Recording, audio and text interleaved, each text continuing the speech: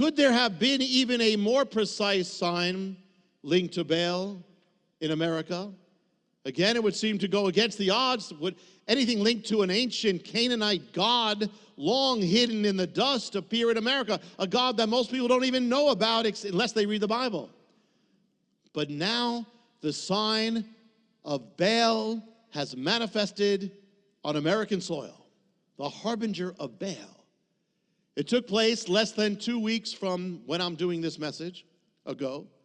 It was originally planned for last spring. There was an uproar that may have caused it, we don't know, to be canceled. This time it happened almost in secret, it seemed. A month before, a little announcement appeared, little fanfare, that something was going to happen in New York City. So we went down. The sign of Baal, a recreation of something that stood in the Middle East, literally from the Middle East.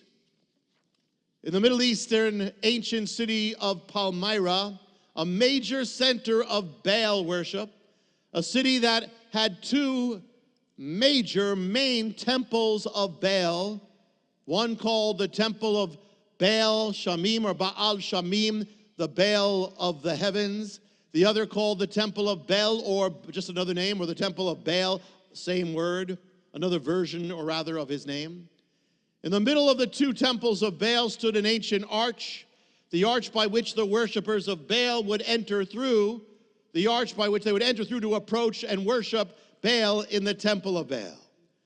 It was this arch leading to the temple of Baal that was in the center of both, representing both temples. In at least with what happened in New York City, it represented all of it, both temples. It was that arch that led to the Temple of Baal that was erected on American soil on September 19th, 2016. It was unveiled. The ceremony took place in Manhattan, New York City, right outside City Hall, the place of government, in the City Hall Park. As I mentioned, I went down to witness it with Scott Pinto to record. A rainy Monday afternoon. There were some dignitaries there, some media people recording it. A few believers were scattered in the crowd to witness it. The arch was veiled, covered in sheets. That's the arch in the back, covered in sheets. At the base of the arch was a plate that read, Temple of Baal, or meaning Temple of Baal. The plate was right there. That's not a thing from the internet. That has rain on it. That was right at the side of that arch. To accompany the unveiling, they were playing Middle Eastern music by which one could imagine could be played at the worship of Baal. And here it was, New York City, where there were two speakers, one a man linked to the project doing it, who spoke almost entirely of making a point that the arch to the Temple of Baal, more than any place in the world, belonged in New York City. That New York City was the Palmyra, which was the major center of Baal worship, of the modern world. And it matched, as Baal was linked to the desire for gain, prosperity, fertility. So New York City is the financial capital of the nation. And as Baal was linked to the killing of children, the abortion capital of America is New York City, has been for years, with a higher rate of abortion there than any other place in America. And it was New York that began and initiated the legalization of the killing of the unborn in America. So what more appropriate place could there be for the arch to Baal, to his temple? As shrines and structures of Baal were in the land of Israel when the harbingers appeared, as the nation headed to judgment. So now, in the land where the harbinger appeared is the sign of Baal.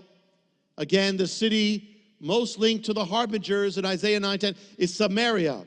Samaria was especially linked to Baal. And so in the city where the majority of the harbingers appeared, New York City, the first harbinger being the attack of 9/11 itself, likewise would be the place for the sign of Baal. And remember, it was in Samaria that actually stood the Temple of Baal. Now the arch to the Temple of Baal is built in New York. To the sound of applause, they loosened the ropes, they pulled away the sheets, they unveiled the arch the temple of Baal, the people applauded. And you can see the next image as they got ready to take that down. I want you to see, we have an actual clip of it. In a moment, you're going to see the actual unveiling. What you will see on American soil is the sign of Baal.